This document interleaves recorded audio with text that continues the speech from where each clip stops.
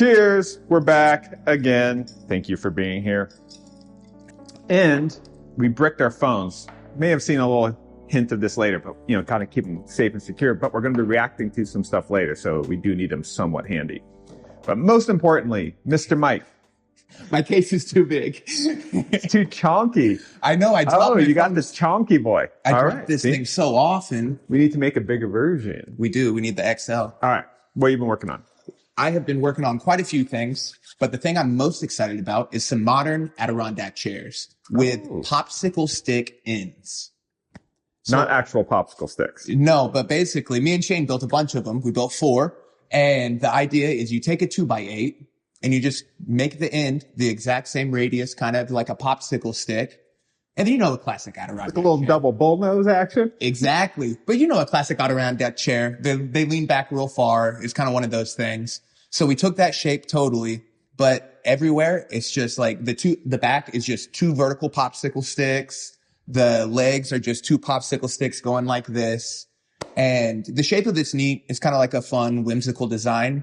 And the thing that I got excited about doing it is brand deal alert. Last week you were talking, sometimes a brand deal works into a cool idea. And this is one that pushed me into a creative choice that I wouldn't typically do. That was partnering with Cabbat. The wood finishing company? Yep. So they're doing a run of campaigns around outdoor finishes in their color of the year, which is called Acorn. Right. Here's a color swatch. It's not too brown. It's not too gray, but it's like a little bit of both. And the thing is, I used a semi-solid finish, which is something that I probably would never do unless they kind of pushed me into that decision, And the thing about it that I find so cool is the pigment is way stronger than any kind of like semi-transparent finish that I've used on outdoor projects. But the wood grain, you still see perfectly. And so it took all of the pink out of the Douglas fir lumber that I used and made it this really, it's kind of like a modern and blend of traditional, where it's this like slate gray and this brown tone kind of like synergy. The warmer, it's funny. Browns are always like tricky because when you hear the word brown, like the associations aren't all positive, but I like to think of them as warmer grays. Yeah. Because gray, there's this whole meme about how millennial gray was so overused. Remember all like the fake gray kind of oak, laminate flooring? Yeah. That stuff has been so overused that people are wanting to introduce warmer tones into their interiors in particular. Yeah. And browns, where they kind of start with a gray, but they just warm them up a little bit, is kind of a good starting point if you're color curious. Yeah. And it can kind of play a little bit where if you were in a space with more browns, it would kind of accentuate that and pull that out of the color. But if it was in a space with whites and blacks and grays, it would just add the warmth you're talking about, but still pair with it. So I'm excited. It was a creative choice I wouldn't have done, but I'm super hype on. So that was cool. Cabot is legit. Like Cabot is a brand that gets specified by architects. We specified it for a lot of the houses that we did on Cape Cod. So they they make consumer friendly products that go into like Lowe's and big box stores. And they also do like professional grade stuff that only go through like paint houses and finished spaces that they make a bleaching oil that like takes the yellow out of like cedar and cool. Like pre-graze it. They do a lot of technical stuff. Like it's like a white oak look almost. Yeah. That would be cool. So their background is almost more in kind of professional grade stuff. And I think it's, the consumer stuff is almost more the recent thing. So they're easy to work with. Yeah. And whenever you get a little bit of information working with a brand, there's like a behind the scenes, they're always kind of giving you like, this is a little bit about Cabot, so you know about the brand. They've been around since 1877. So it's pretty decent. That's like a reputable amount of time to be doing finishes. Okay. So the popsicle sticks back. So you're almost like taking the inside of an arch and using that as the back. But is it 2 little arches? 2 popsicle sticks per back? It is. Let me show you a quick pick. This is what we got going on. That's good. It's good that you have 2, because if you just had 1, way too phallic. But it is a very tasteful, warm gray. Thanks. It was definitely inspired from some stuff I saw online, but the ergonomic part of it, that's cool. The 2 popsicle sticks for the back are separated, so your spine isn't touching any wood. It's just kind of really actually like just resting on your shoulder blades pretty comfortably. The modern Adirondack chair. It also has kind of like a little bit of like what's funny? I would imagine Coachella's coming up. Yeah, in a month you or so. You could totally imagine those chairs at a Coachella pop-up in a wide variety of colors, right? Like, yeah. It was like one of those fancy soda companies or something that makes like the quote unquote healthy sodas. Sure. You could see those like being in like pastels and sage greens. And then like a couple big art pieces where it's like an actual ice cream cone or something. Yeah, that would be cool. That's fun. And so all just Doug fir? Yeah. The design really isn't too crazy when it comes to angles. Everything is either a 7.5 or it's a 15-degree angle. So it went together pretty quick. There you go. Well, I've been working on bricking my phone. Bricking your phone. So you've heard there's an app called Brick? No, I thought that the idea is like you make it into a dumb phone. Yeah. So I guess like, I can't remember the exact number, but it's something like 60% of working professionals are trying to reduce their screen time on their phone. I thought you were about to say like 60% of people's days is on the phone. And I was like, I'll believe you, man. I mean, both of those stats could be true. It's got to be true, though, 1,000%, because you just accidentally look at the phone all the time. Accidentally. Like you're editing and then you think, all right, let me look up this one thing on my phone real quick. And the next thing you know, you're like scrolling for 15 minutes. Yeah. So there's software and apps that can help you sort of manage that, right? Where you can set like, okay, I only want to use Instagram for 30 minutes a day or 45 on weekends if you're nice with it. Yeah. But good boy.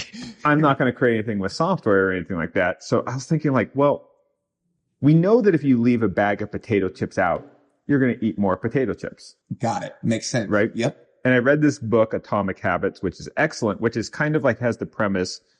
You don't really have full willpower and discipline. You have sort of intentions that you set and then you like follow them to varying degrees of success. So what he sort of describes is how people change their habits. Like if you want to lose weight, you just have less food in your house.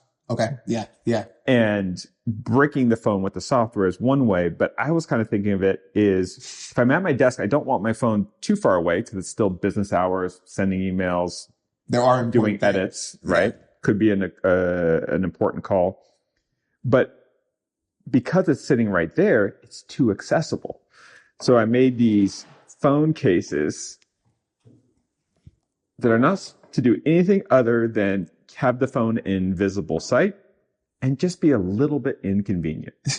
Because I don't need to get rid of the phone and like lock it in a drawer. Right. I just need it to be like to have the little bit of resistance so I don't pick it up too much. This is the cookie jar that you've got to like punch in a code, or you've seen some of these where it's like, I can get the cookie, but I have to solve a puzzle first, or I have to answer some questions. They have these for dogs, like the things where you put a little bit of peanut butter and it takes them like 20 minutes to get it out. Yeah. And we love our dogs. So if we care about ourselves, this is the conch for humans. It's just like, it's a little tricky. This is a good kind of analogy for your brain though. Cause I know you've been working a lot with the glass tiles, and you mentioned where you're like, I've been trying to reduce my screen time. And so this is where those two things marry. And I think it's pretty funny, but it is inconvenient enough because it's kind of heavy and you're grabbing it with your fingertips. And so you gotta, it's not just like a quick thing. I mean, it could be, but realistically, you just have to pick up the hello. Yeah, try and swipe it. It won't work. Yeah. So how's the coffee table that you're working on with these? Still in the powder coater. So that's so cool that you found a guy with a huge oven out here in Joshua Tree. Dude, we have the best powder coater out here in the high desert. That's awesome. His name's Wes. Shout out. It's called Next Level Powder Coating. I've never met someone named Wes. That wasn't a cool guy. Yeah. Yeah. Super chill. Yeah. Gets his hands dirty. Has some cool tattoos. Does some off-roading. That's it. What awesome shop cat. And he's cool around power tools, like doesn't get scared. So powder coating is a really interesting process because they put a little electrode to the metal. First, they actually use the oven for powder coating, sometimes to like cook old paint or dirt off of things. I saw that you did that in the fire for your weight plates. Yeah. So powder coating, though, they only can do like one color in the oven at a time. Huh. Don't want to cross the colors. Yeah, you could get a little, because it's powder. The powder would get onto the other thing. Yeah. So powder coating is basically like, This is probably not going to be sound like a healthy argument for powder coating, but imagine microplastics. Right. Like, if imagine sand made out of a really nice color of plastic. And then you know that like plastic, if you cut epoxy, you get the little epoxy sawdust, it'll like static cling to you. It does, yeah. So they use static electricity. They hook up a little electrode to the metal. Yeah, okay. And then it makes those little plastic dust things stick to it. So that you get an even coating of plastic dust. And then they're like, you know what? Let's cook this. Right. Wheel it into this big oven, bake it, and then all the plastic melts into a perfect coating around all the metal. Yeah. So that's why you have to like hold it up. You can't have it sitting on something. Yeah. Yeah. So anyways, Wes is an awesome powder coater. And you mentioned he had a gigantic oven. Yeah. That's sick. But I went to him about a week and a half ago to drop this off. And Wes is a good-natured guy, and he was a little stressed out. Even the cat was stressed. He was like kind of pacing around. He's like, oh man, I'm just, so busy, and these people are annoying me, and this lady's not happy with it. I told her it was going to be glossy because that's how the paint she picked came out, and now she's all mad that it's matte and doesn't want to pay for it. Yeah. So I let him vet. When a tradesman has been having a rough one, to be a good friend and a good customer, you gotta give him some room to breathe, because he's a working man. Yeah, right? And we've been there ourselves. And he doesn't do country music. He doesn't have a place to complain about this. Doesn't have that platform. Yeah. So I talked to him. I was like, dude. He's like, some days I just want to lock the fence and throw away my phone. I'm like, bro, you gotta raise your prices. And I'm saying this as a customer. I'm like, look, if you're getting too bogged down by too many inbound things, and then you're feeling stressed because you can't meet these deadlines, you solve this by raising your prices. Have a few less jobs, but make the same amount more money. Right. Yeah. So I had a great talk with him, and I was like, look, so I dropped off on, I knew you're stressed. I was like, whenever you're ready, powder coat that. So long story short, very excited, because this is a big, intricate steel structure. It looks like an oil there. Yeah, I mean, the laser cutter, man, it makes some cool stuff. Keep going now. So it's still at the powder coating, he says, this week, and we're going to give Wes room to breathe. The last one you made, you went with like a flat slate kind of same color. Going same color. Cool. That'll be sick. So I kind of look at it this way. It's like, I kind of want to get the video out, but like when someone's going through it and they do a good job, and frankly, he kind of underprices already, you kind of got to like be a good neighbor, because I want to keep throwing him projects. Yeah. And I want, when he sees my truck sort of pull up into the yard, I kind of want it to be like happiness, not like this again. Yeah. And when you were talking about kind of just raising the price 10, 20%, whatever it is, I've seen other content creators that deal with customers directly, and they always talk about, I raised my prices and then I stopped having so many headache clients. Right. Because ironically, the person that's trying to find the best deal is also going to be the person that's going to give you the biggest headache. And I don't know what factors of things make that the case, but I'm sure it applies to powder coating too, Yeah. And the other thing too is like, raising your prices is not a life sentence. You can raise them until you're less busy, and then you can lower them again until you're busy again. Yeah. You can do these kind of controls, particularly because this isn't like you're going to a place to buy tacos where it's all like painted on the side of the truck. He quotes it when you bring the project in. Yeah. I'm like, just start quoting a little bit higher. Yeah. You'll see in real time if people start to leave away. So, shout out to the trades guys. We should actually We should interview some trade guys as guests on the show. We should do awesome. A field trip, because one, powder coating is super interesting. It's like a common thing, but not something we see behind. They have a shop cat, which automatically makes them like a more chill version of a professional environment. I don't know. Just on the background, just hanging. And like, it's a cool shop. It's like very visual to see it's because whenever you see like a spray gun hooked up to an compressor, you're thinking like liquid. I know. Yeah. To see a dry powder, we'll snort some lines of powder. Yeah, like a green nostril. What's up, Mike? Everyone? Get out of the powder coating. I don't know what kind of high it would It's gonna melt on side. Yeah. But I think it'll be a fun field trip to just go through the process. And look, The trades are hot right now. Oh yeah, because everybody that's creative and everybody that's just working on home construction are both needing the same people, that like facilitator to get across the finish line, whether it's like custom steel doors for a commercial building or if it's an artist out here making a big installation for like a Burning Man Coachella thing. I'm saying like I've been getting asked about like AI stuff and like interviews and such. Yeah. And I've been saying like, look, we got artificial intelligence. Actually, just raw intelligence is going down in value because we have a synthetic version of it coming in hot. Yeah. We don't have artificial responsibility. Yeah. And that's like the key for any trade. It's not like you want the plumber that can memorize all the pipe sizes. You want the person that's going to say, this is what I'm bidding. That has the reputation that he's going to follow through and not try to like be a little weaselly later. Sure. And then he gets the job done on time and it works. No, it's kind of right. Right. Yeah. And if he makes a mistake, no big deal. But does he take responsibility for the mistake or does he try to make you take responsibility? So like, I think like right now, like electricians doing these data centers and such. Oh yeah. Ooh, they're killing it. Yeah. I had to put in an air conditioner in the Midwest City House, like a mini split.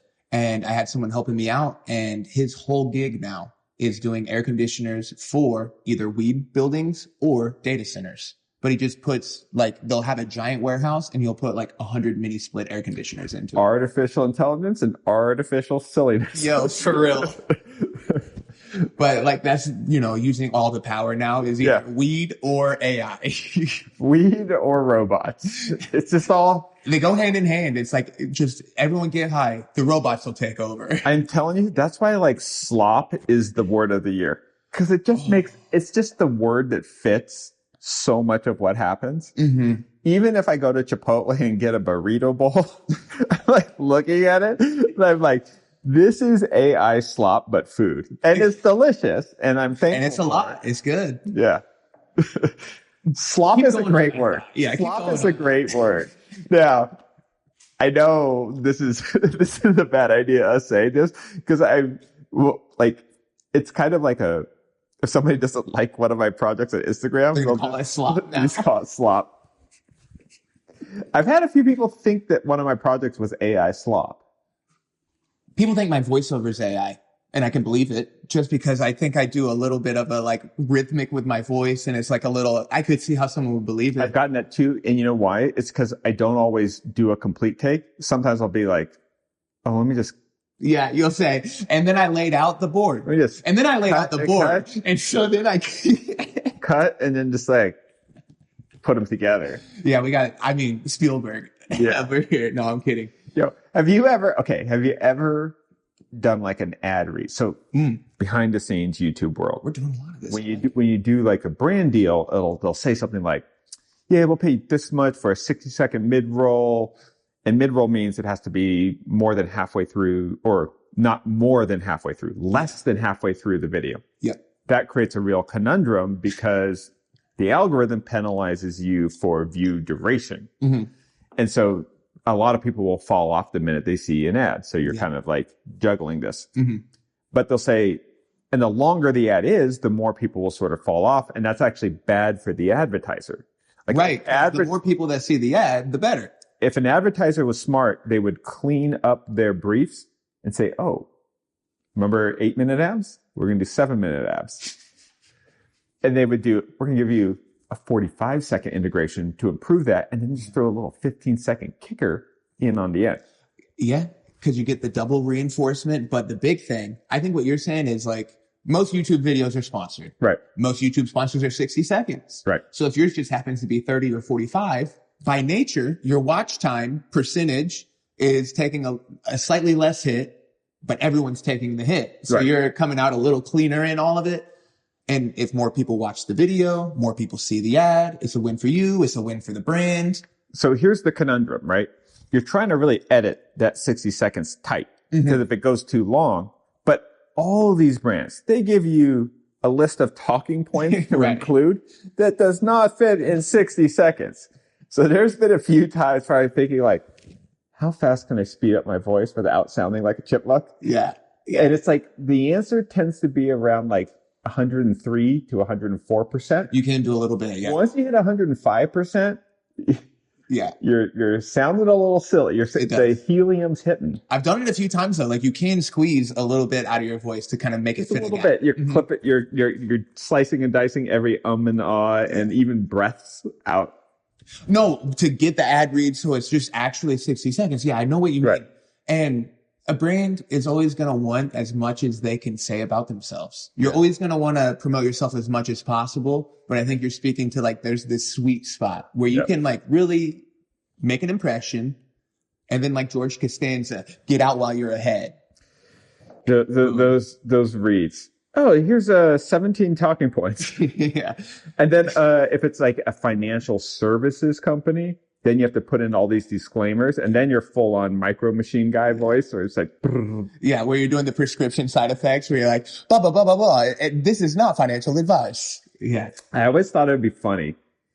Okay, so we've all seen the pharmaceutical commercial on TV, like on football games and such. The side effects are longer than the commercial. Well, so that happens, right? But like, I think which would actually be the brilliant marketing move would be if they look at, the side effects, and it's like all these things like dry mouth, cotton mouth, blah, blah, blah. And so that they're going to say them really fast, but you only pick one word to say it real slow. So you're like cotton mouth, dizziness, diarrhea, and then go real fast again. And this is for what reason? Just comedic value? I like it. It's funny. Earn media. Because the minute they do that and it airs on TV, someone's sitting on their sofa and being like, wait, what's going on?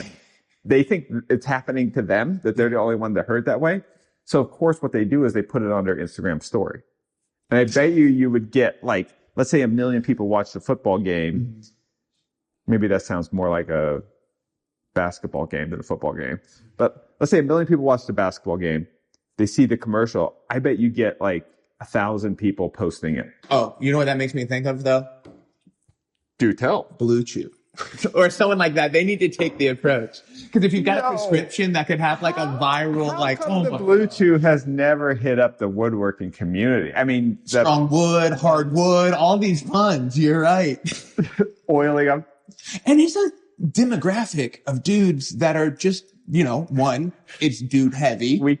And number two, no, it's just the age they're looking for. They're not looking for like 16-year-old dudes. And usually, it's like, it just skews a little older than, Nelk boys. So you're saying there should be a Rockler Blue Chew crossover. Yes. If Blue Chew is sponsoring Nelk boys, they should be sponsoring woodworking content. The Rockler Blue Chew Challenge. Yo. And it's like an idea you can make anything, but no soft wood. All right. We should pitch it. Or let's just hold it in our back pocket. Like if that ever filters to us, we've got the idea. I don't know that we need to pitch it. Well, I think the key is, no, here's the thing. Oh, it's designing a nightstand or a headboard. Click a button that discreetly dispenses the Blue Chew. That would be next level for them. Like that would be one where they could use what you did and like make stuff with that, like I got my own little brand deal and I'm making my thing for Blue Chew. But now that you've got this secret thing, like go shoot a commercial with it. Okay. Oh, you remember when you did the see-through sink? Yeah. You just posted jamming a gummy worm down a drain, like a repost. Kind of like one of those moments where it's like, we shot this, but it's also for more stuff too. Well, the fun part, and I just did a kind of a throwback repost for April Fools about it. Cause it was I've done so many weird brand collabs over the years. Mm-hmm. And probably the weirdest one was that garbage disposal Home Depot thing. Yeah. And they're like, okay, you're going to build us they asked me to come up with an idea. I'm like, well, I could build a transparent sink, make a video about that, ship it out there. And then we film the garbage disposal because it's hard to see a garbage disposal when it's under a whole cabinet and sink. Totally. The first thing they hand me is a 3-pound gummy worm. As like, hey, and it's like, my name's Steve. Check this out. One end's red, one end's blue, and so of course, there's a whole crew. You've shot in the same studio before, mm-hmm. And like I go to the sink and I just like slap it against the sink, and it's just like that. a hard thud. A hard, wet thud.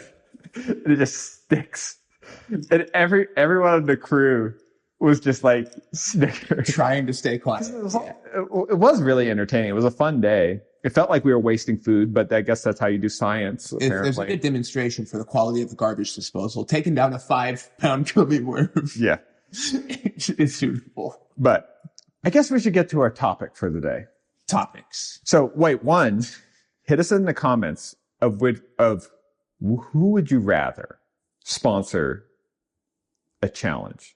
Blue Chew or Rockler? Now, think about it in terms of the prizes, too. It does sound funny. And you can answer for a friend. Yeah, and we love Rocklers, so like, don't do this. But it would be the funniest thing in the world if it was the Modern Maker Podcast Rockler Blue Chew Challenge. I think nightstands, headboards. Yeah, like the ultimate sturdy nightstand. Maybe like a little like bathroom vanity where you can kind of pretend like you're brushing your teeth and you're just like gobbling. Oh, yeah. Because, yeah, you can have a medicine cabinet with a secret dispenser, too. A lot of secret dispenser ideas. Secret dispenser medicine cabinet to hire, like, your real crazy pills? Because people are going to snoop. They're like, I'm dating this girl. How crazy is she? Not too bad. Okay, I'm familiar with this. I've dated that before. Right. You like open it up and it's like all like supplements and creatine. Oh, I take a little magnesium before I sleep. And then there's like a hidden compartment and it's like. Yeah, just got to make sure you're not full crazy. All right. We have a topic. Okay. That we may or may not stay on. Yeah. So, I've been thinking about it. I was watching some of our boy, Chris Salamone, who we chatted with, and he's going to pop in every once in a while, and then we'll do like a little mini reunion, and then most of the time, though, it's just going to be me and Mike. Yeah. So, I was looking at one. We've always said Chris is the best storyteller in the game. Big time. Hands down. I remember, not to cut you off, whenever we started the podcast, Chris talked about a YouTube channel called Nerd Writer. That was somebody that used to do video essays when YouTube was new. Like when we started, YouTube didn't have like 50 channels doing one thing, right. You know? And so he was the channel that did video essays, and it would be about art or cinema or music or anything under the sun. And Chris, I remember him saying, I want to like be able to do what Nerd Writer does, where he's telling a story and, you know, obviously he's blending that with his building. And Nerd Writer doesn't really post like that. He's one of the legacy channels, and Chris does it better than he even ever did. Yeah. Yeah. Best in the game. Chris is a woodworker. Hands down. Yeah. The topic for today is, are we even woodworkers? Now, a little foreshadowing or a little grounding of this topic. Okay. Most of our tools would be considered woodworking tools, or maybe woodworking adjacent at least. Yeah. So, and it's probably the material we use the most, but not necessarily the stuff we're most known for. Like, whoa, okay. Right?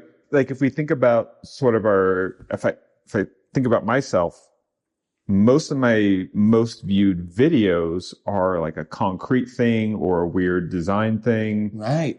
I think the only kind of wood project that's in like one of my top videos is maybe the floating bed that had a headboard, but that was just really sanding a slab and then putting it around a steel structure, and then the wood hot tub. That's a good one. But there's woodworkers in like a Michael Alm sense. Michael Alm? And I don't even think I built one thing in my career to that level of woodworking. I haven't. Of woodworking. You know, I feel like I've expressed my creativities in equal and different levels. Everyone's doing their thing. But I haven't honed in on precision, craftsmanship, just perfect execution the way someone like that has. I genuinely haven't. But it's impressive. I kind of wish I had all the personality traits, kind of almost like how we talked about on Maker Ranch whenever I was a guest. I wish I had some of those personality traits that does want to take a piece of wood through grits all the way until it's like polished off sandpaper instead of even before finish is even applied, you know? It's funny because it's like, I bet you your mom, I wish I did. If she was like talking to one of her friends, she might describe you, oh, he's a woodworker and he does YouTube videos. Yeah, yeah. Right? And I've been described that way to other people. Oh, he does like woodworking and other materials. But it's funny that it's like the normies will describe me more that way, but people in the more kind of hardcore woodworking things would be like, no, he's just kind of designs and makes things, and sometimes they involve things, but by the fact that he's using Ryobi tools, that it immediately is a disqualification. You say he builds things out of wood, but he's not a woodworker or something. Yeah. And weirdly, when you brought that thing up, I thought right away, I was like, well, I got this tattoo that says maker. It doesn't say woodworker. You know, I'm trying my best to just be creative, not necessarily be a woodworker. But at the same time, even when I'm working with epoxy, even when I'm working with concrete, I do a lot of woodworking. I'm making a concrete form. I'm doing woodworking. It's not necessarily fine woodworking, but it's building things out of wood. It's funny, like the term carpentry and carpenter, like in construction, like framing is still sort of roughly associated with carpentry, even though it's now millwork would be associated a little bit more with it. Okay. But it's almost like there's this woodworking is this legatory category of like grill master or something. Yeah. But you can cook a steak without necessarily being like a grill master, and a lot of restaurants that aren't steakhouses serve steak. Yeah. And I kind of think like that's kind of the interesting distinction that I think is fascinating. Some of the best steaks I've ever had haven't been at steakhouses, which you would think would be the best. They've been like at like Italian restaurants that also do a really good steak. Right. You might get a filet. But it might just be because they prepped you up with a lot of really good pasta and the wine's really good and they're focusing on all the other things. And sometimes the steakhouse, let's be clear, sometimes those sides be lacking a little bit. And sometimes it's expectations. You go to a steakhouse, so you're expecting the best. And so when you get perfectly good on par, but you're expecting something a little above it, you're like, okay. But you go somewhere and you're like, whoa, this is a great steak at somewhere like. You ever been at a steakhouse and you're like, okay, I should eat a vegetable. So you get like the greens, but the greens are not green. They're kind of just, they're warm gray. They're like a little wilty. They're a little warm gray. Sure. They're a little warm gray with a hint of sage. But back home, I'm from Oklahoma, which is like beef country. Oh, they're just like, forget the greens. Yo, it's mashed potatoes. Macaroni and cheese is a vegetable, bro. Yo, of course, macaroni and cheese. Potatoes is a vegetable. Corn is a vegetable. I'm telling you, if it's green, it's kind of like, whoa. Yo, Oklahoma got the memo, plant-based, but they said... we eat the thing that eats the plant. Yes. Plant-based means like corn, pasta, rice, and mac and potatoes. Cheese. Yeah. You really hit the mac and cheese for real. Southern mac and cheese is the bomb, where it hits the oven and gets a nice golden brown top. Okay. So we're not really woodworkers, although we do the woodworking. Like, can I ask a question as an interruption? Please go. Have you actually said, hey, I'm a woodworker? I've never said that. See, now that kind of dictates whether you are, because you kind of are who you say you are, and then you either act that out or you don't, you know? But if you never say you're a woodworker, are you actually a woodworker? You could say you're a woodworker, and then your actions could prove different. But if you never even claim it, are you? It's funny, like the worst grade I ever got in all of college was in wood shop. Hilarious. I got a B-. Okay, well, I mean, at least it's not like a bad. And it was because he was like, literally the final thing was like, you can't just break the rules and ignore the right way to do things. Right. There is a prompt here. You have to follow it. And it's like, what was it was a final, right? Like you had a final project. Okay, to be fair, he was so mad because like I was coming at from the point of view of designer. I'm like, look, I don't want to build some like dovetail because I know I'm not going to be as skilled as an expert in this. So if I make something that looks normal, what's the value of me making it as an amateur? I remember going in wood shop and the classic projects were things like grandfather clocks and things like that. Cause it's a good expression of skills and joinery and all these things. But yeah, it's like, that's not what I'm doing my entire college to do. So I picked the materials for my final project, which was a blanket chest, which was kind of like the compromise. Yep. Like I wanted to build, I can't remember what I exactly wanted to build, but it was something like abstract, more like an art piece. And he's like, no, it has to be one of these like 6 projects or I'm going to fail you. So I'm like, all right, I'll do the blanket chest. but I did the most modernist blanket chest. And then just to really piss him off, I used purple heart and like white maple. So it like didn't kind of go together at all. Right. So it was like very color correct. It was very Art Deco-y. Oh, but time out. Okay, I'm thinking of the color, like maple, pretty close to white, purple heart. Right.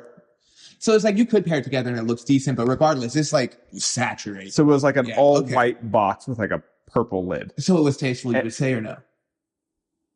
I mean, it would sell well now. Okay. It was probably a little ahead of its time then. Understood. Like I could see some interior designer being like, because it was like perfectly rectangular. Because they used the hardest woods possible. Yeah, so you got sharp lines. So I could have and he hates Purple Heart. One, might be racist. I hate African woods. Okay, that's not the only thing from Africa. It's like it's purple. It's like you can't do anything with this. It's just you're doing it wrong. Like use cherry. And it's funny because Purple Heart really, if it gets sun for a long, long time, it browns over a lot. Yeah, it doesn't keep it super high saturated color. Exactly. Yeah. I'm not gonna lie. I think he thought it was just a little too gay. Yeah.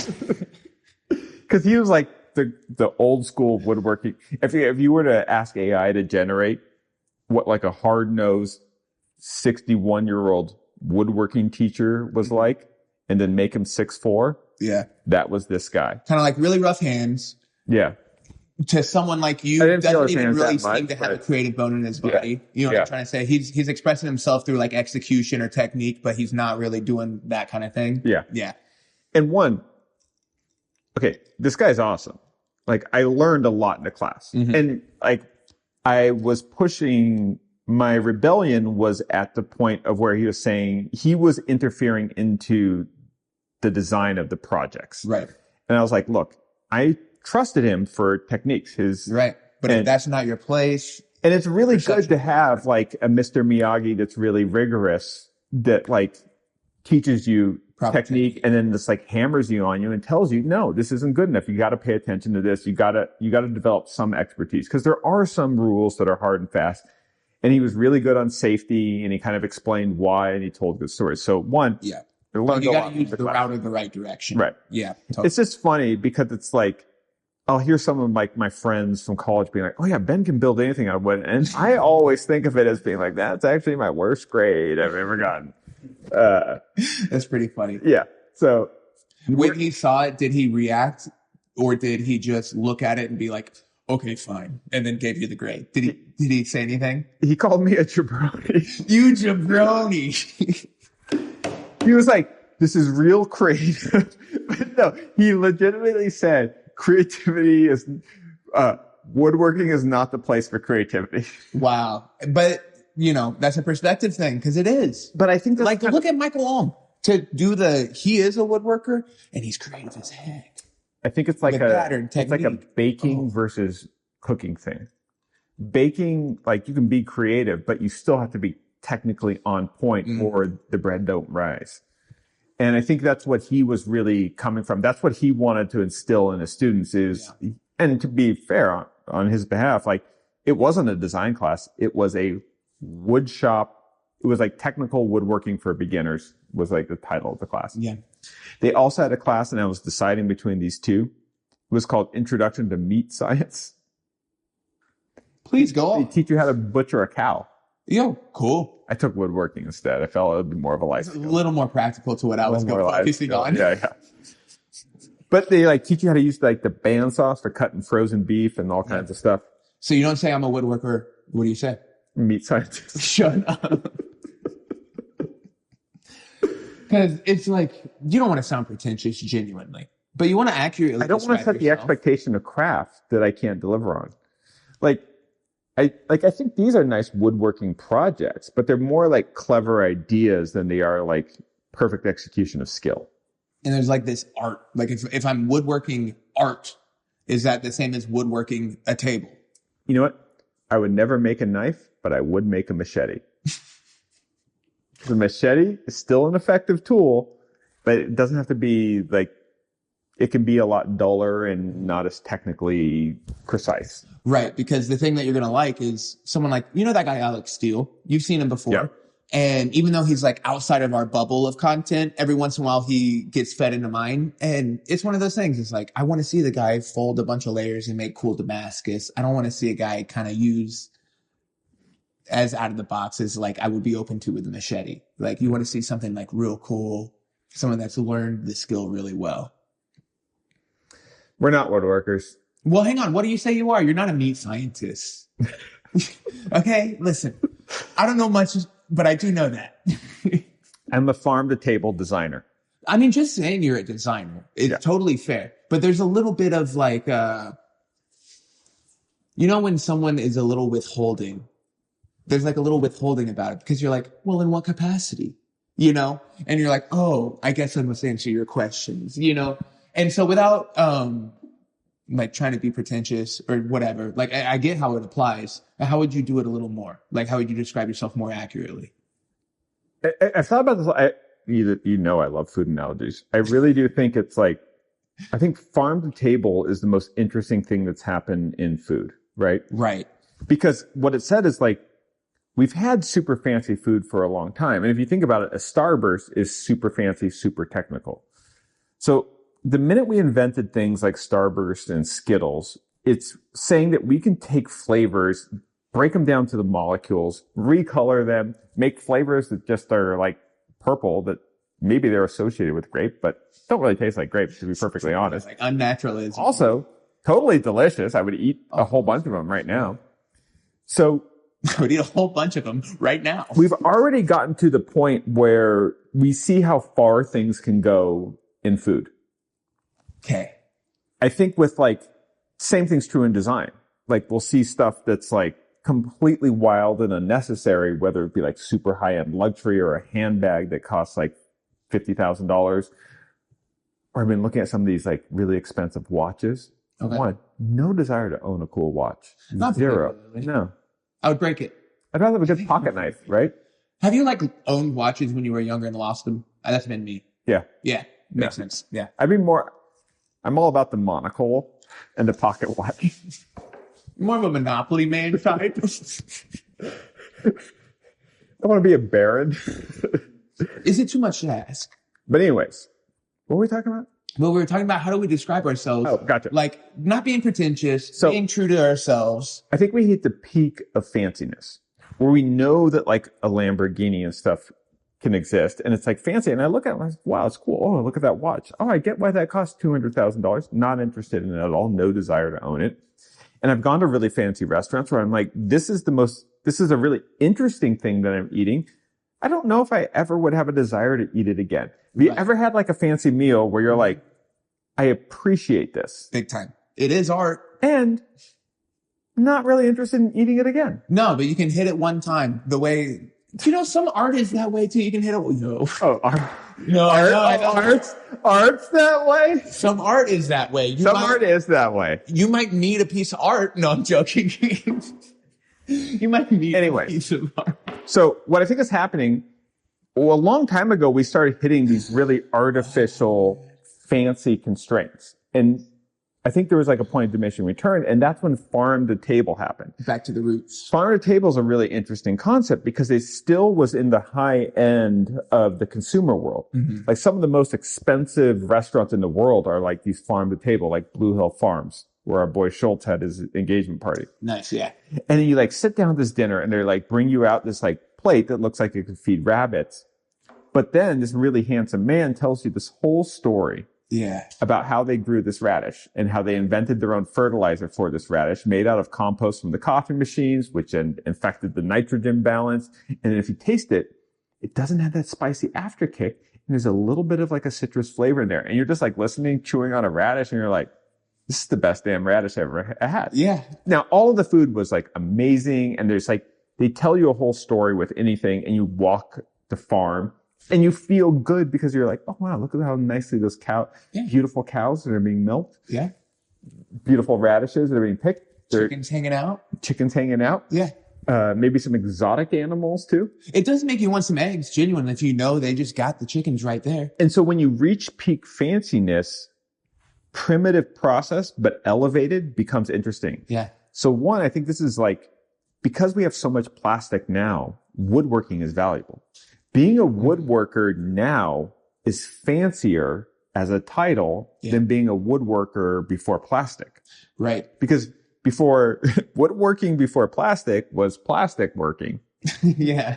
You could be like, oh, what do you do? I build chairs out of wood. And they're like, oh, so remember those like white plastic lawn chair things? Totally. The most basic version. Put a image right there. I know. Most basic. It's almost an Adirondack chair. Before plastic existed, someone was making chairs at that economic cheapness level out of pallets. Right. Yeah. It was like reasonably a similar price, but instead of injection molding 100 of them in 2 minutes, it took a guy kind of like all day to make a set. Now, here's the thing I think is the part where we are the closest to being woodworkers. Okay. And this is sort of a weird collection of associations.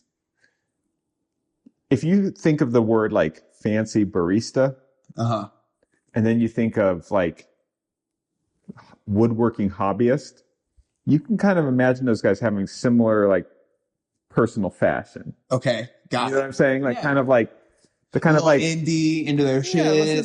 Some Radio Lab and probably has good music racks and like really is on that blonde roast kick.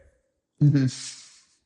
So woodworking now, I think, has gone from like kind of like rugged trade to kind of like almost like elitist craft, but a little bit earthy. Well, when we started, everyone was kind of building things out of pallets, trying to find reclaimed materials to use. I don't know if it was just because of that modern industrial wave that was happening, but the way that you're talking about what you're saying, it kind of happened on both ends of the spectrum. You would have a New York loft that's industrial, or you would have a guy that just broke down some pallets and made it into like a backyard bar.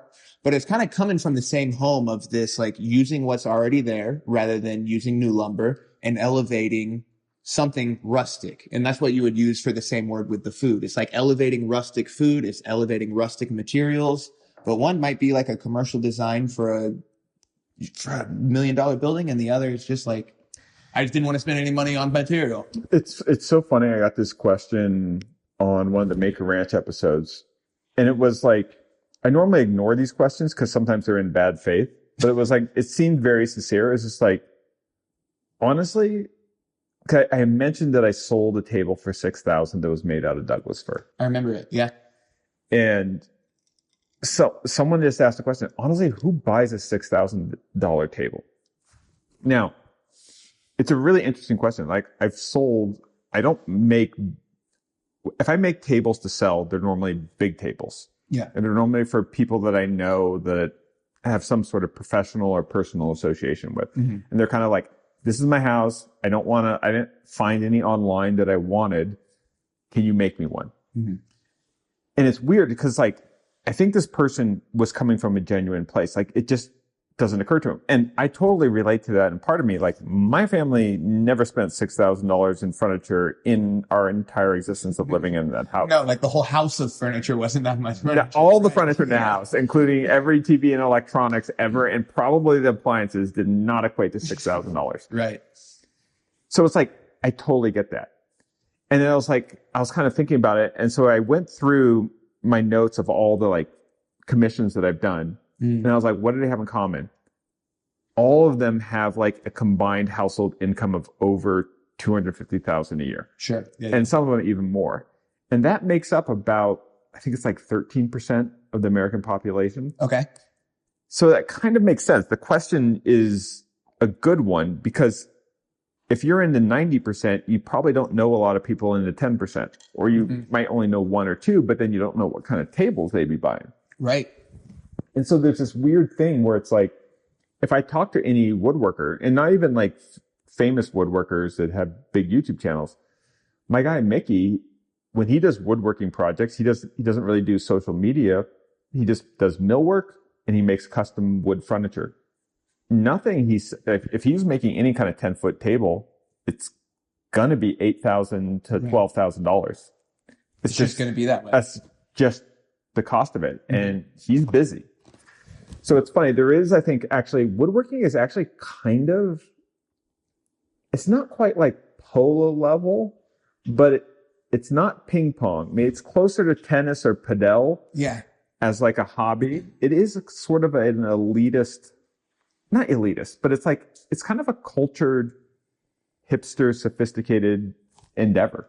Yeah. And it's just going to lean towards people that just have the ability to get something a little bit custom, because no matter what price point you're buying things, everyone's seeing the same thing. Yeah. If I'm at an IKEA price point and my circle is also at an IKEA price point, we're all seeing the same stuff at each other's house that we saw at the IKEA store. But if I'm at like a Design Within Reach or a Restoration Hardware budget, me and my friends all have the same thing. So regardless of the price point you're shopping at, people just want something custom. Yeah. So at an IKEA level, they're like, dude, I'll just get some pallets, I'll get some lumber, and I'll make something instead. Yeah. And then once you have the money to spend, you'll take that same thought of, I just don't want something out of the box. I want something a little custom. And, you know, it's just that, like, I make a lot of money with my time, so I'll hire someone out to do it instead of do it myself. But it's really the exact same thought that's making somebody buy an $8,000 custom table, even though it might be more simple, or it might be not, you know, you're comparing one thing that's like French oak, and then this is just standard oak, you know? So the material difference might still be there, but they're just happy that it's not the same dining table from Restoration Hardware that two of their friends also have. So we're not exactly woodworkers, but we dabble. Mm-hmm. And so if you're building things, just hang out in affluent areas, make connections, give your card out. I mean, if you live on the south side, go get some drinks on the north side. There you Network, hand some cards out. All right, let's get to obsessions. I love it. Are you going first? Okay, so we're going to do these obsessions for this week. We're going to be looking at some interesting ass videos. Oh, okay. We're going to have a clip segment. Yeah. So unbrick the phones. So pulling these straight from the group chat. Here we go. Video 1. Whoa. This is one of the most important concept cars of the past. Racist accent. Oh, no. He's actually legit. Not if it's Toyota. Wow. This is street legal. This is a better version of the K-Truck. Right. So it's just all practical. And it comes from the factory, just like this. Well, it's still a concept car, so it's not real yet. Huh. I don't know why they made a little toy figurines. Is it just wood?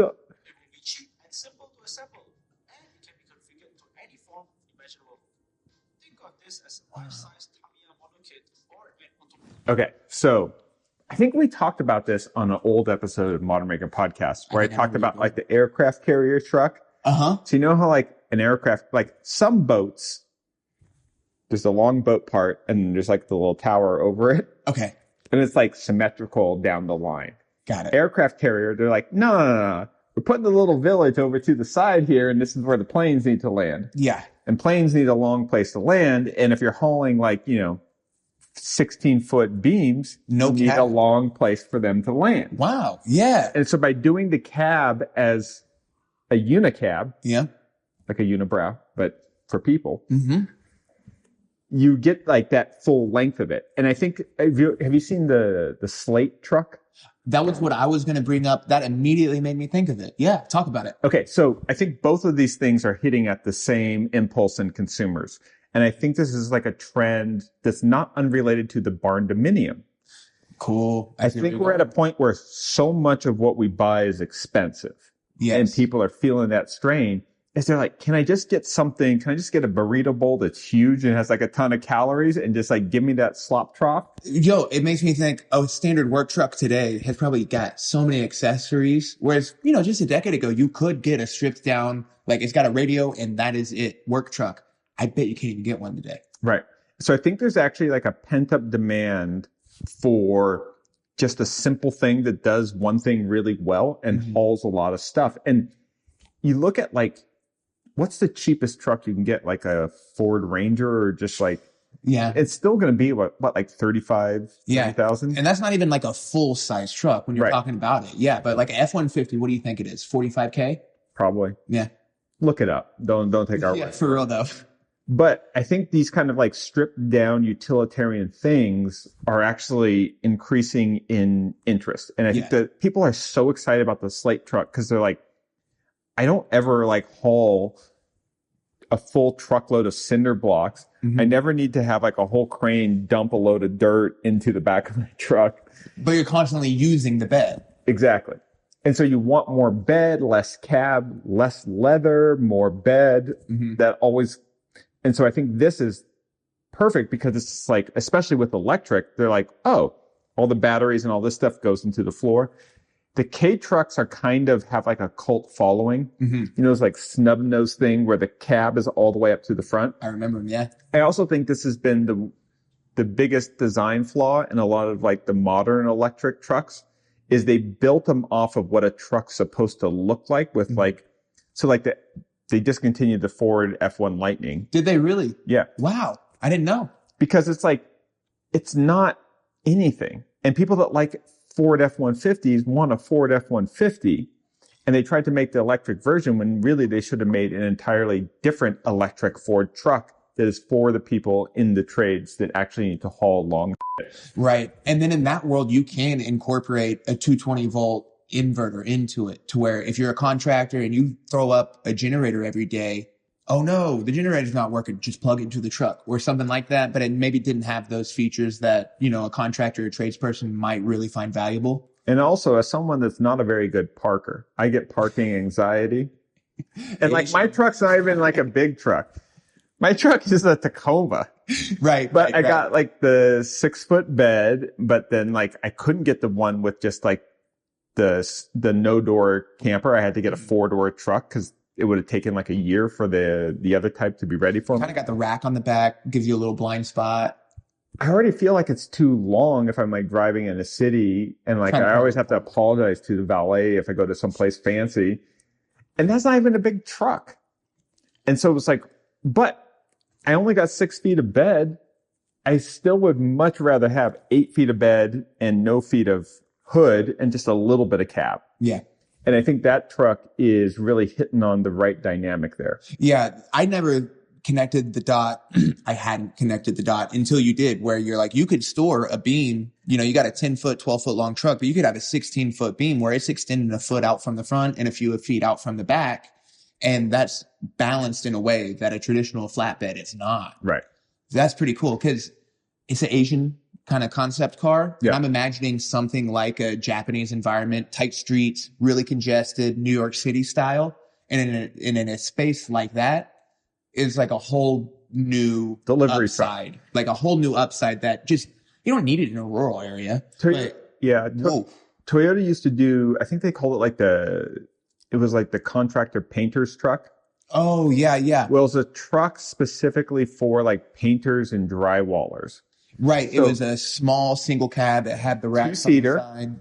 Pretty short front nose, 8-foot bed, so you could put big ladders and full sheets of drywall in. Yeah, it was like the size of those Chevy S10s. Right. But they never offered them in 4-wheel drive or with like the big engines and stuff like that. But I kind of think that like we almost reached a point where it's like everything's oversized and overpowered because the technology is really good, that we actually want things that are stripped down and just affordable, but just the bare minimum of what we want. So I've heard some crazy things where the reason trucks are so big is like EPA regulations. There's this idea that a truck has to have a certain amount of mileage per gallon if it's this big, but if you make it this big, it can have less mileage. And so the thing that made those smaller, like you could get a V6, a little Toyota truck. Right. And so even though you could get a 4-cylinder if you wanted, you could also get something that like you could load that thing up. You've seen them stacked like 20 pallets high and they're still cruising uphill. And the reason is like, I guess the EPA is in the way to where like you can't put a strong engine in a small truck anymore. Right. Like it just doesn't work. It's almost like people are playing the refs, not playing the game. Or thinking of like how the game plays out in the rulemaking. Yeah. So the other trend that I think is similar to this, even though they're entirely unrelated in industries, is the barn dominium. Barn dominiums, people are Googling the shit out of that idea because they go, oh, I would like to build a house. I saw this piece of land that's priced at this. I want to buy it. And what would it cost me to build? And they get a quote back from a random general contractor and just like, well, this is way more than just buying the house next door, which isn't what I want. So I think people are interested in barn dominiums the same way they used to be in container houses, is they want an idea to just get enclosed square footage for real cheap, and then they'll figure it out and add and fill in. And they don't really care about what the exterior looks like. With the trucks, the part that really hit me was when I watched the Slate truck video release. People were so excited that they saved money, but you have to roll the windows up. And they're like, I don't care about that. If I can save a few $1,000s and I roll up the windows for my work vehicle, money well saved. I don't want it to be that fancy. Right. If it's costing me at every single layer. Big time. And that's the thing. In today's world, it's not even like power windows. They're like, no, I'm paying for like satellite radio capability, phone connect, all these different things where it's just like $500 in technology here, $1,000 in technology in my power seats. It's like, I can scoot my seat up if it saves me $1,000. Right. And I think for houses, people want like, give me a decent amount of square footage. I don't care what the pitch of the roof is. I don't care about the style. I just want to have an air-conditioned, insulated space with high ceilings, and I want it to be cost-effective and not be screwed. And not to compare it exactly to the Slate. I get why they named it that, because it's a blank slate. That's the idea of a barn dominium. I've seen cool barn dominiums where, you know, you get your metal up, you get your shell done, but then whatever facade you do on that outside, whether it's with woodworking or with some kind of other material, they make them look cool. I've also seen some cringe ass. For sure. Yeah. In the way that it's like epoxy tables can be cringy too. You ever seen a barn dominium and you're being like, 90% of what's in the refrigerator is Monster Energy drink? Yeah. And they're like, it's the guy that's like, I rough cut all this lumber myself. And it's like, but you didn't sand any of it. Yeah. You know what I mean? It's like, I milled all this lumber myself. What's that motocross brand that has the fox? Fox. It's the guy that wears that on a date. Perfect. Yeah. It's just, a little refinement could go a long way. Like a little hint of Axe body spray? Big time. Yeah. Big time. All right. Video 2. Cool. All right. Now we're going for a slow jam. I see a turntable. Okay. Whoa. So I think this is real. Maybe it's not, but shout out to Charlotte. We're looking at her Instagram. So go give her a little like, comment, and follow. So this is interesting, right? You've heard of Rick Rubin, the music producer, right? Yeah. He wrote a book and I've got it. It's good. Yeah. It's kind of about the creative process at large. We'll get into this later, right? I'm not sure that it's good, but it's popular. I get it's. But the most interesting thing about his house, I'm gonna throw a little shade at him in a free tour episode, but we'll save it. And I think you're gonna end up agreeing with me. I have my own thoughts about Rick Rubin that probably are what you think. Yeah. Okay. A little Deepak Chopra-esque. Or DJ Khaled, if you will. Yeah. Yeah. little Dr. Oz. Like, yeah. It's like, oh, do you really do anything? Yeah, you can have a lot of people do great work and then be the one to post-rationalize it perfectly. Yeah, but we digress. Okay, keep going. So this is kind of a warm minimalism. And I think this is really interesting. It's a room just dedicated to one thing. Now, we know there's a lot of big houses out there and people don't use all the rooms in their big houses. Mm-hmm. So in one way, this is incredibly elitist and extravagant. In another way, it's the most practical thing. This is a man cave. But for like a more meditative, of course, monk-like man. Yeah. And so I think this is actually an interesting trend for woodworkers and people that do what we do, especially if you do more of the custom commissions, is there's so many companies competing to make the thing that you make custom. They make semi-custom or they make mass manufactured, but it looks a little custom-ish. And that comes with restraints. Right. We've done enough manufacturing and shipping things to realize constraints for sizes of like, we can ship something this big, but once we ship something this big, it's like totally out of the question. And so many things when it comes to that, holy cow aspect is the scale. And that's what I'm getting out of that. So because it's built in and way too big to ship. This is the kind of thing that I think people like our Michael Alms and our Chris Salomone should take a look at.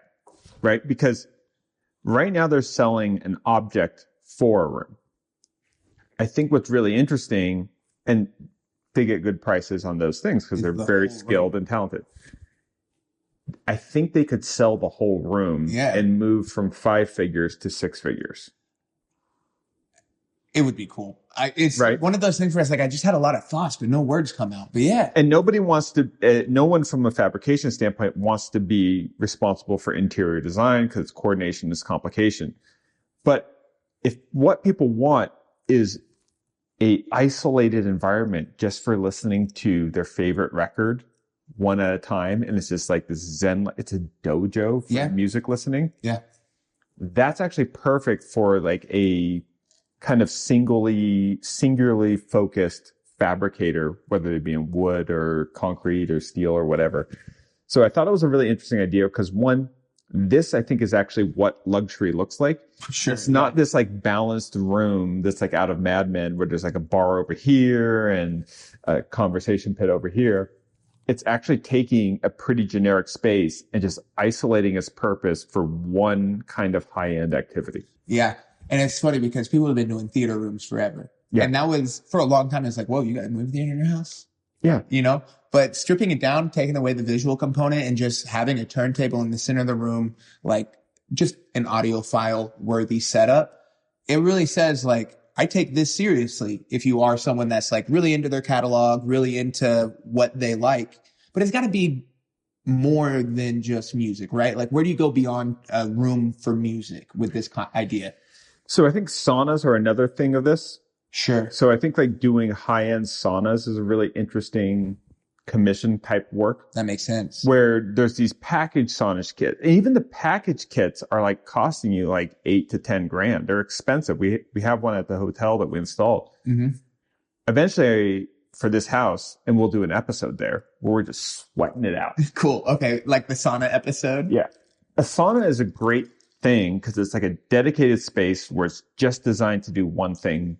But it like, if it's designed well, you're incentivized to do something that may or may not be healthy for you. I'm not Andrew Huberman. Go ask him. He says it is. But even him, maybe he's not, maybe he's wrong. Who knows? Ask the scientists. But my face the whole time. Yeah. But these kind of dedicated spaces for singular activity, if you have those, you're more likely to do the activity that's aspirational and that you really like.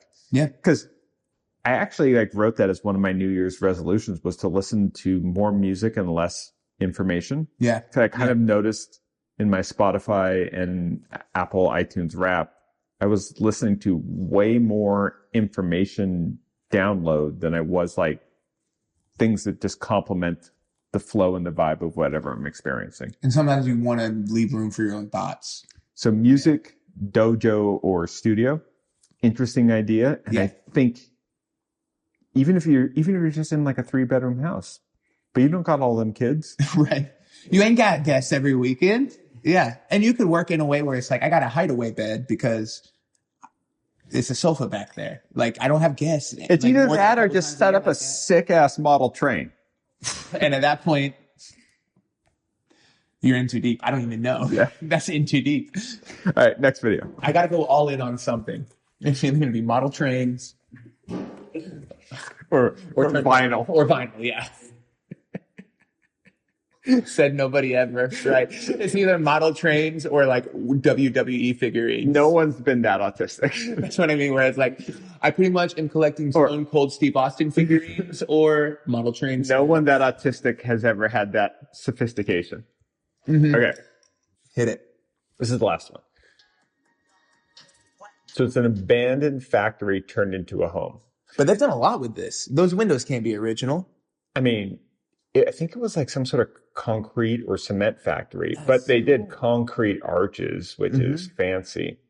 And it's one of my favorite pieces of architecture because it has that kind of dystopian, but like desirable. It's great. Where it's like industrial concrete stuff and like weird smokestacks and towers that who knows what those do or ever did. But then like green vines are taking it over. Yeah. And so this is like the kind of, when people hear brutalism, they think of this like cold, austere thing. You're hitting what I was going to say. But rocks are brutalist. Right. But like rocks in like a meadow with some greens around them. And sometimes you just look at a thing and you're like, that's postmodern. You look at another thing, you're like, it's Bauhaus. You look at another thing, it's brutalist. That's in a weird middle ground. That's taking a lot of like clear architectural genre label and making it hard to label. It's like when they take like kind of like hardcore techno music, but then they get a real good vocalist. Yeah. And they kind of softened it up to where it's like, it's not brutalist. It really isn't brutalist. It's way too green. It's way too lush. And it's using curves, not like hard lines as much. So my takeaway from this is, look, we're just a couple of dudes being bros here. Mm-hmm. And so we are self-aware enough to know that like our individualist tastes might be a little bit more eccentric because we really go down rabbit holes. We explore things. We might like things that are a little bit more on the extremes. What I found really exciting about this was seeing the reaction to this and being like, oh, I can get away with a lot more brutalism if I add a lot more plants. Whoa, yeah. It's like a way to kind of like counter and soften. And saturate, because if so much is a concrete or like a foreign, material and it's monochromatic, given that pop of color through just nature, it does it too.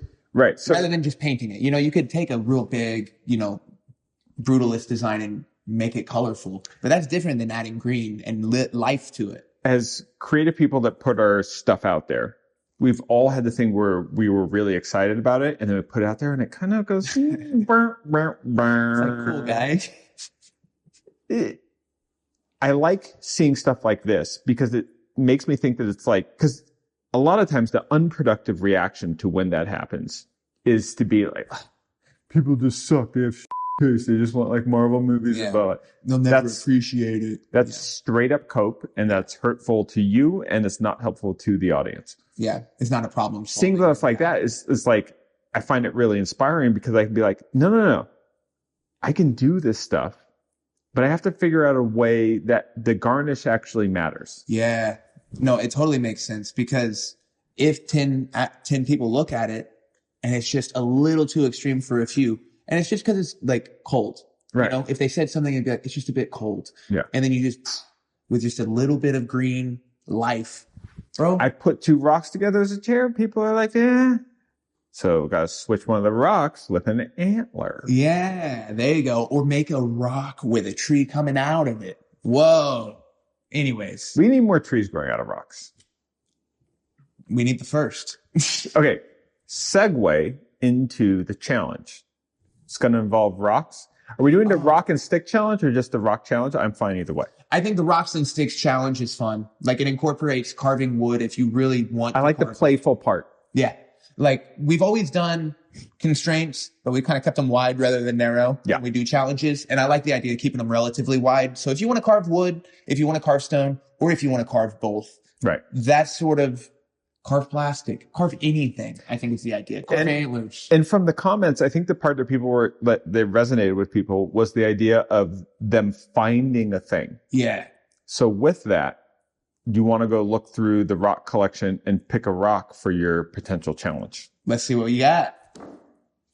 Rocks. Welcome to my rock collection. Okay, so you got a lot of different kinds. We got smooth boys. Spalted rocks. These are like, they're called like a cobble. Yeah, they look like they're not, like they're... So they're sort of shaped. I mean, make a sick ass ashtray. Yeah. So what are a couple of things that you immediately think of when a carving challenge comes to your mind?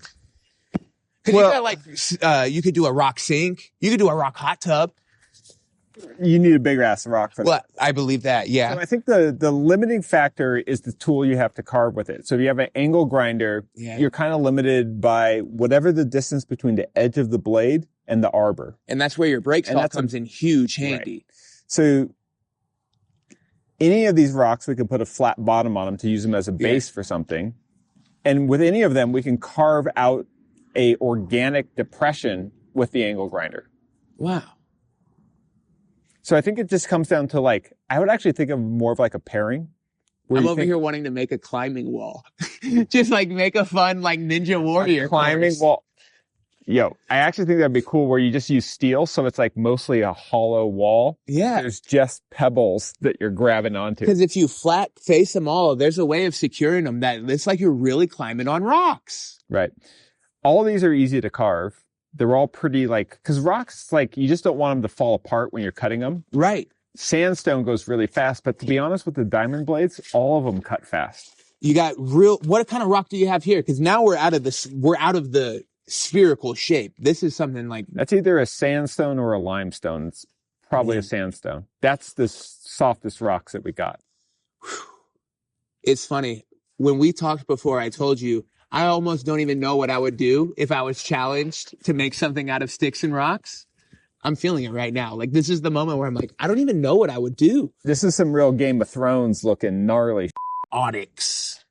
That's like the burl of rocks. The burl of rocks. Yeah, for sure. These are this kind of white lapis. This is what I used for that one rock wood bench that went pretty viral. Yeah. But I don't think people have like a preference in rock the way they do with like wood grains. I think that people just either like rocks and are into them because they're awesome. Yeah. Or the people that just would rather have trains. And most people, they might be able to identify a quartz countertop, but I don't think they'll be able to look at a rock and be like, that's some good quartz right there. Right. And I think kind of rocks can be free. Some of these were purchased. Right. I think that's kind of the fun part of the challenge is you can go find something that makes the centerpiece of the project. What if you were able to make a flat top and a flat bottom and make a touch lamp where you touch the rock and it senses that you turn the switch on? Turn on the lamp. Are you gonna like code some Arduino? No, I think all you got they're just little sensor things. I think I've used them before. This is the asphalt rock. Not known for its beauty. Yeah, for real. It smells like crude oil. Okay. I think I just take some rocks. Can I take some rocks? Take some rocks. Hey, okay. Is this one okay? This one seems like special. Nope. This isn't something on your list. Like you're going to do something with it. Ugh. We'll give you a smorgasbord of 3 different colors. Yes. Maybe one of the pockmarked ones because they're also unique. We'll give you a big round boy. Let's do it. Load them up.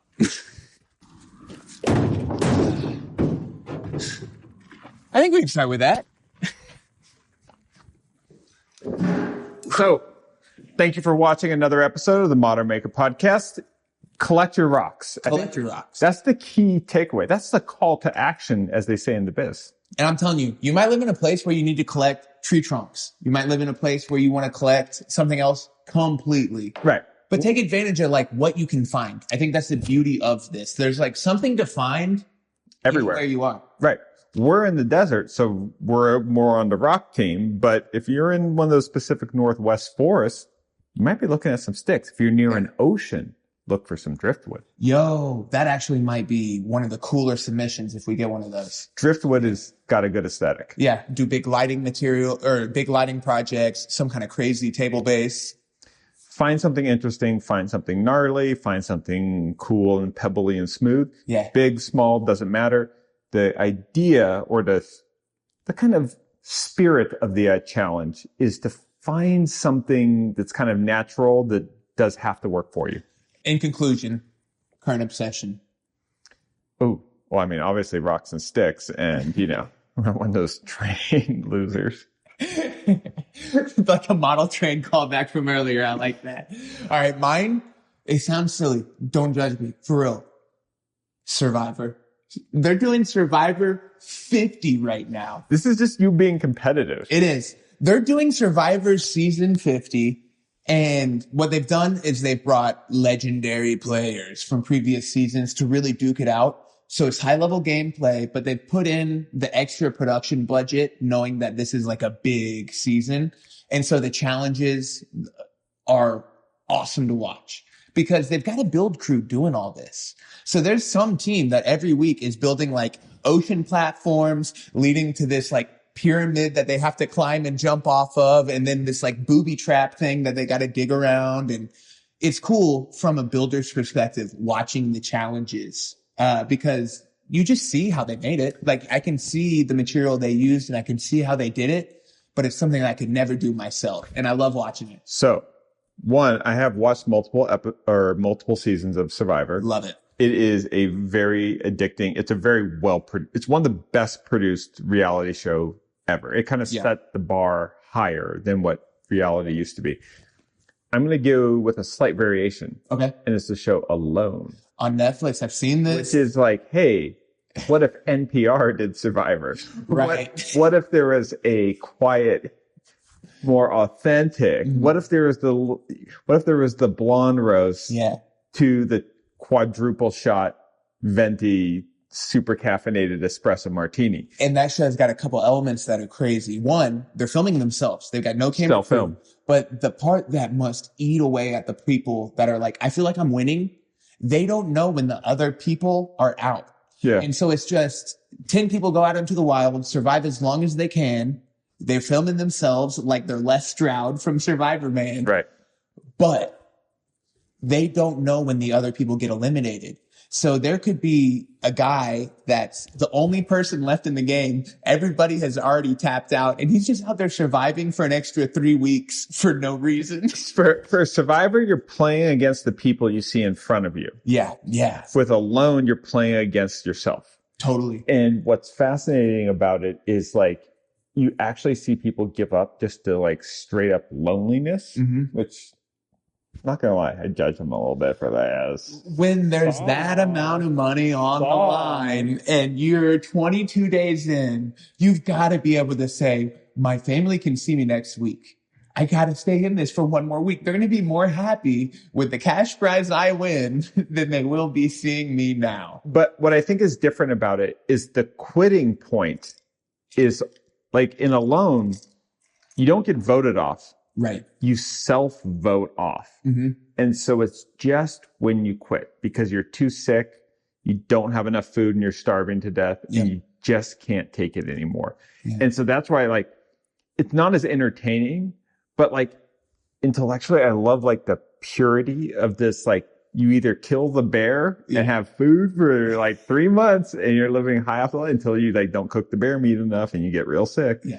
I saw this guy, a big moose. He killed a beaver. You eat the beaver tail. He ate the beaver and he got so sick. So he went from being it was a great emotional arc because he like kills this beaver with like a bow and arrow. And he's just like, I got fat. Cause like fat, that's the thing. Like modern society, everyone's talking about protein. Man, if you're on a deserted, cold ass island, you want some fat. You want some bacon. You want some things that like, you don't want to be eating rabbits all day. Yeah. You can starve just eating the high protein rabbits. I feel like that's why so many of the delicacies that are kind of scary, that's why they are what they are. Yeah. It's actually a high fat something or another. So he got this fat ass beaver. And he ate the crap out of it. Yeah, he ate it and he got real sick and he quit. Been there, man. I've been there, man. We've all been there. But make sure you cook that beaver. Yeah. And on the the beaver tail end of what we were saying, Survivor's awesome. They're on Survivor 50. It's great. Weirdly enough, I also watched the movie Send Help. Have you heard of this? No. It has Rachel McAdams or something like that is her name. But the concept, it was one of these. From The Notebook. Your favorite movie. It's the girl from The Notebook. Yes, that is her name. I never liked that movie, but it was, I'm a millennial and it was 4 millennial girls to put like we're not talking about this. Mike had to watch it a few times. For real. Okay. Rachel McAdams is in a movie called Send Help. The concept of the movie, she's a big Survivor fan. And, she's done her like Survivor audition. Oh, so in the movie world, Survivor exists as a pop cultural reference. Yes. Okay, got it. And so she's in the middle of like watching Survivor 47, but she's also got this corporate job where, a little bit of a patriarchy. I'm not going to hold that too much against the movie because that was the only time they ever did any kind of, that kind of thing. But she's kind of, she's a money cruncher. She's not the most socially, adept person in the office, and she's kind of getting passed up for promotions and stuff. But one day, the mean cool guys at the office, they find her Survivor audition tape. And it's real funny because she's like, my name's Rebecca and I want to be the next Survivor. And they did it funny in the movie where it's pretty funny and corny. But the next thing that happens, as they're watching that clip on a private jet to a business meeting, the plane crashes. And then she has to use all of her Survivor skills to survive on the island. And at first it sounds cheesy. So it's a happy ending. It's a thriller. And so it's this cool take where, listen, they're not trying to do too much of the stuff. It's just a good banger movie. And I loved it. Like, it wasn't trying to teach any big moral virtue. It wasn't trying to do any big thing. It was literally just like a classic thriller. An interesting premise. Some ridiculous things, kind of meta and fun. It was awesome. Like, right, Hollywood check it out. Nailed it on that one. Thanks for watching. Hey. Put your question, topic ideas down below and start collecting your rocks and sticks, because we're not announcing the timeline or anything like that. We just want to establish the collecting period, which starts now. Yeah, totally fair to do. Thank you guys for watching. Make sure and like, comment, and subscribe. We're going to be on YouTube, so make sure you're following us here. Bye, everybody.